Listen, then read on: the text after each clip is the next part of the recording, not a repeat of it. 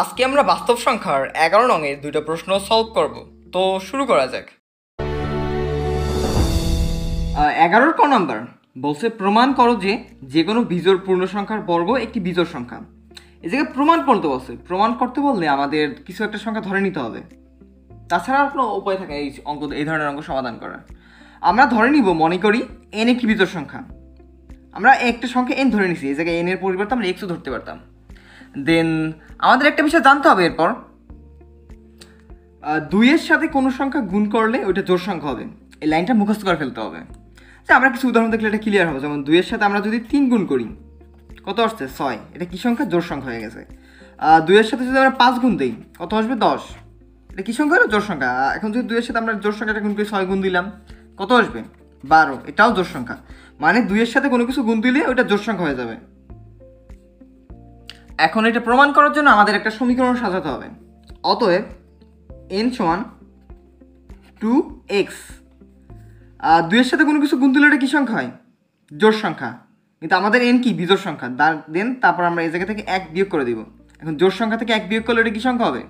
জোড় সংখ্যা থেকে 1 বিয়োগ করলে এটা বিজোড় সংখ্যা হয়ে যাবে। আমাদের একটা সমীকরণ সাজানো হয়ে গেল। আমরা nকে বিজোড় সংখ্যা ধরে নিছি, আর 2-এর সাথে কোনো কিছু গুণ করলে এটা জোড় সংখ্যা, এটা জোড় সংখ্যা। দেন এই জায়গা থেকে 1 বিয়োগ করছি, জোড় সংখ্যা থেকে 1 বিয়োগ করলে ওটা বিজোড় সংখ্যা হয়ে যায়। আর n তো আমরা বিজোড় সংখ্যা ধরে নিছি, আমাদের সমীকরণ হয়ে গেল। এই যে আমরা 2-এর সাথে গুণ করে জোড় সংখ্যা পেয়েছিলাম 6। এখন 6 থেকে যদি আমরা 1 বিয়োগ দিই, কত হবে? 5। এটা কি সংখ্যা? বিজোড় সংখ্যা। 12 থেকে 1 বিয়োগ দিলে কত হবে? 11। এটা কি সংখ্যা? বিজোড় সংখ্যা।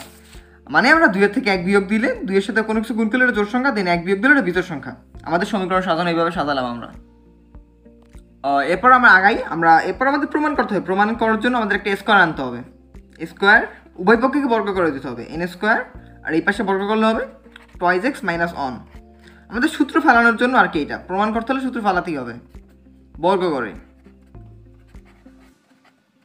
এটা তো আমাদের সবাই জানা, ক্লাস 6 থেকে করতেছি। জাস্ট সূত্রটা ভেঙে দিব আমরা। a square minus a minus b whole square. a minus b whole square সূত্র কি? a square minus 2ab plus b square. Just সূত্রটা বসালাম, ভাঙাই দিই। ভাঙাই কত হবে? 4x square, 4x R on. এবার 4x থেকে একটা x কমন নিলে হবে। 4x আমরা কমন নিয়ে নিই। 4x যদি কমন নিই, তাহলে এই জায়গায় থাকবে কি? x। আর এই জায়গায় কি থাকবে? 4x থেকে, মানে 4x কমন নিলে 1 থাকলে, আর প্লাস অন। এখানে 4x সংখ্যাটি 2 দ্বারা বিভাজ্য, অর্থাৎ এটা একটু জোড় সংখ্যা। আর 2 দ্বারা কোনো কিছু গুণ করলেও ওটা জোড় সংখ্যা হবে। আর 2 দ্বারা কোনো কিছু 2 দিয়ে কিন্তু 4কে ভাগ দেওয়া যায়, ওই জন্য এটা জোড় সংখ্যা হবে। কোনো কিছু গুণ করলেও জোড় সংখ্যা হবে, 2 দ্বারা কোনো কিছু ভাগ দেওয়া দিলেও এটা জোড় সংখ্যা হবে। তার মানে এতটুকু জোড় সংখ্যা।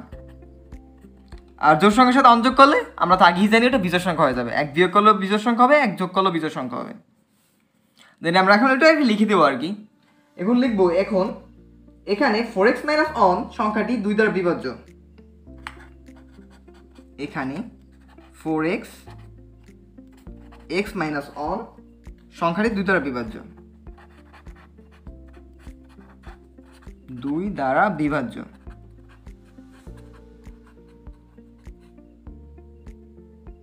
অর্থাৎ জোড় সংখ্যা।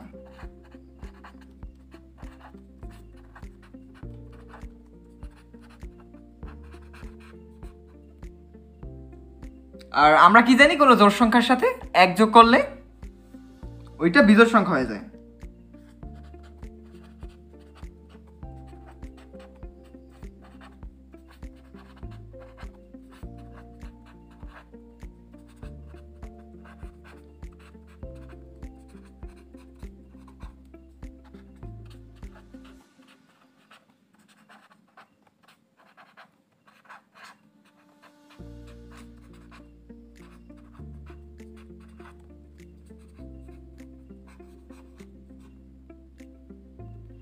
অতএব কি দাঁড়াইলো? 4x - 1 plus 1। এটা কি সংখ্যা হয়ে গেল? এটুক জোড়, এটুক প্লাস অন যোগ করলে বিজোড় হয়ে গেল, পুরোটা বিজোড় সংখ্যা। দেন কি হলো? বিজোড় সংখ্যার বর্গ, বিজোড় n স্কোয়ার কি? n ছিল বিজোড় সংখ্যা, n স্কোয়ার মানে এই বিজোড় সংখ্যা বর্গ। যে কোনো বিজোড় পূর্ণ সংখ্যার বর্গ মানে n স্কোয়ার বর্গ একটি বিজোড় সংখ্যা, তাহলে তো প্রমাণই হয়ে গেল। অতএব সংখ্যাটি বিজোড় সংখ্যা।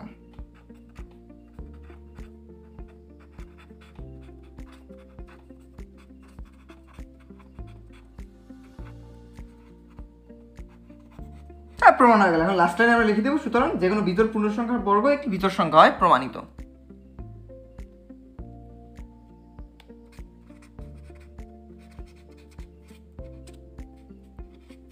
আশা করি পুরো অঙ্ক বুঝতে পারছো, একদম সিম্পল অঙ্ক।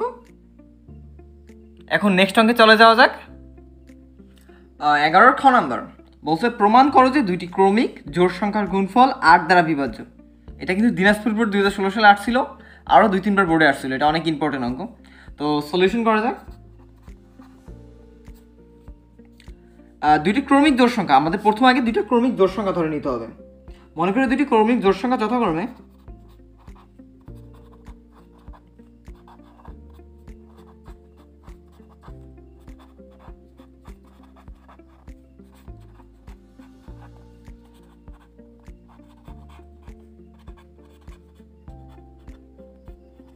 জোড় সংখ্যা ধরতে বলছে, যথাক্রমে আমরা প্রথম একটা ধরি, এন দিয়ে ধরি।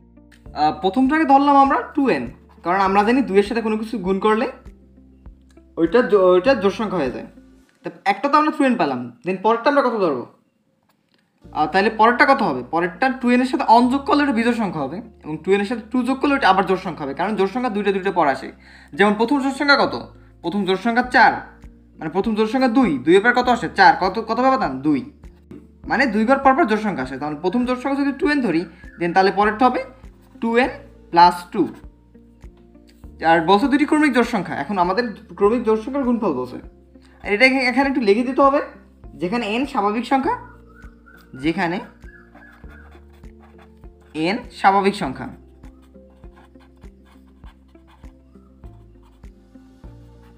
স্বাভাবিক সংখ্যা প্রকাশ করে কি দিয়ে? n দিয়ে, এবং n is belongs to n, স্বাভাবিক সংখ্যা প্রকাশ করে দিলাম আর কি। এই যে এনটা একটু মোটা থাকে দিক থেকে।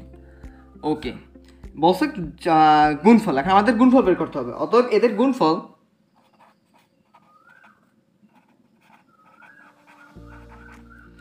আমাদের প্রথম সংখ্যা 2n এবং দ্বিতীয় সংখ্যা 2n + 2, তাহলে এদের গুণফল কত হবে? 2n × 2n + 2। এখন আমরা একটু সিম্পল হিসাব করে ফেলি, কত হবে? 2 গুণ করলে কত হবে? 4 n স্কোয়ার, আর 4 এর সাথে এটা গুণ দিলে কত হবে? 4n। এই যে এটার সাথে এটা গুণ দিলে হবে 4, আর n থাকবে n, 4n। এখন আমরা 4n কমন নেই, 4n কমন নিলে থাকবে এই জায়গাতে 4n কমন নিলে থাকবে n, আর এই জায়গায় থাকবে কমন নিলে থাকবে on। দেন এখানে আছে n আর n + 1, তাহলে n যদি 1 হয় তাহলে n + 1 কত হবে? 2, মানে এটা স্বাভাবিক সংখ্যার ক্রম অনুসরণ করতেছে।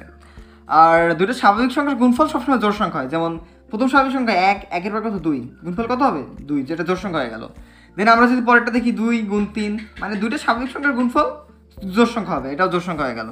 মানে জায়গা আছে n আর n + 1, তাইলে n যদি n আর n + 1 দুটো স্বাভাবিক সংখ্যার যোগ, এটা যদি গুণ করি তাহলে এটুক কি হবে? এটুক জোড় সংখ্যা হয়ে গেল। দেন আর জোড় সংখ্যা 2 দ্বারা বিভাজ্য, এটা আমরা লিখে নিই এখন। এখানে n is belongs to n, এটা তো আগে আমাদের করা ছিল। n is belongs to n এর জন্য n ও n + 1 ক্রমিক স্বাভাবিক সংখ্যা, n ও এই যে এই n আর n ও n + 1 ক্রমিক স্বাভাবিক সংখ্যা, ক্রমিক স্বাভাবিক সংখ্যা।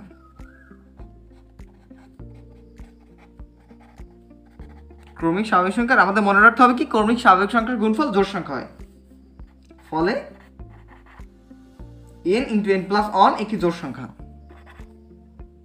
n × n + 1 একটি জোড় সংখ্যা, যা 2 দ্বারা বিভাজ্য। জোড় সংখ্যা বা 2 দ্বারা বিভাজ্য হয়।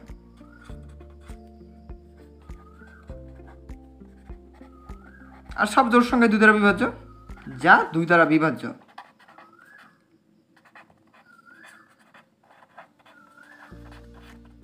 ওকে, তার মানে এটুক কি দ্বারা হলো? এটুক 2 দ্বারা বিভাজ্য, আর বাকি থাকে কত? 4। তার মানে কি হবে? 4 × 2, তাহলে এটা কত দ্বারা বিভাজ্য হবে? 4 × 2, এটা 8 দ্বারা বিভাজ্য হবে। আর সুতরাং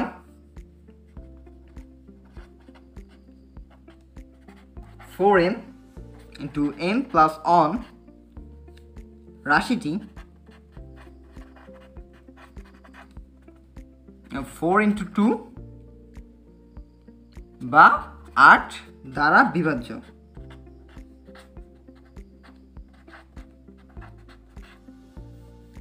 এখন কী দাঁড়ালো? দুটি ক্রমিক সংখ্যার গুণফল 8 দ্বারা বিভাজ্য হয়। কী দাঁড়ালো? দুটি ক্রমিক সংখ্যার গুণফল, তাহলে প্রমাণিত হয়ে গেল। এখন লাস্ট লাইন আমরা লিখে দেব,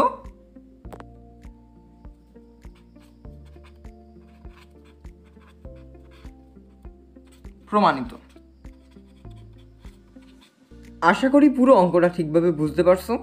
আর প্রতিটি অনুশীলনীর উপর আমার ভিডিও দেওয়া আছে, চ্যানেলে ঢুকে জাস্ট প্লেলিস্টটা চেক করলেই পেয়ে যাবে। প্রত্যেকটা এইভাবে সলভ করে দেওয়া আছে। কোনো বিষয় বুঝতে অসুবিধা হলে বা কোনো এক্সাম সম্পর্কে তোমার সাজেশন লাগলে জাস্ট এই নাম্বারে একটা নক দিও, আমি তোমাদের ভাই হিসেবে পাশে আছি।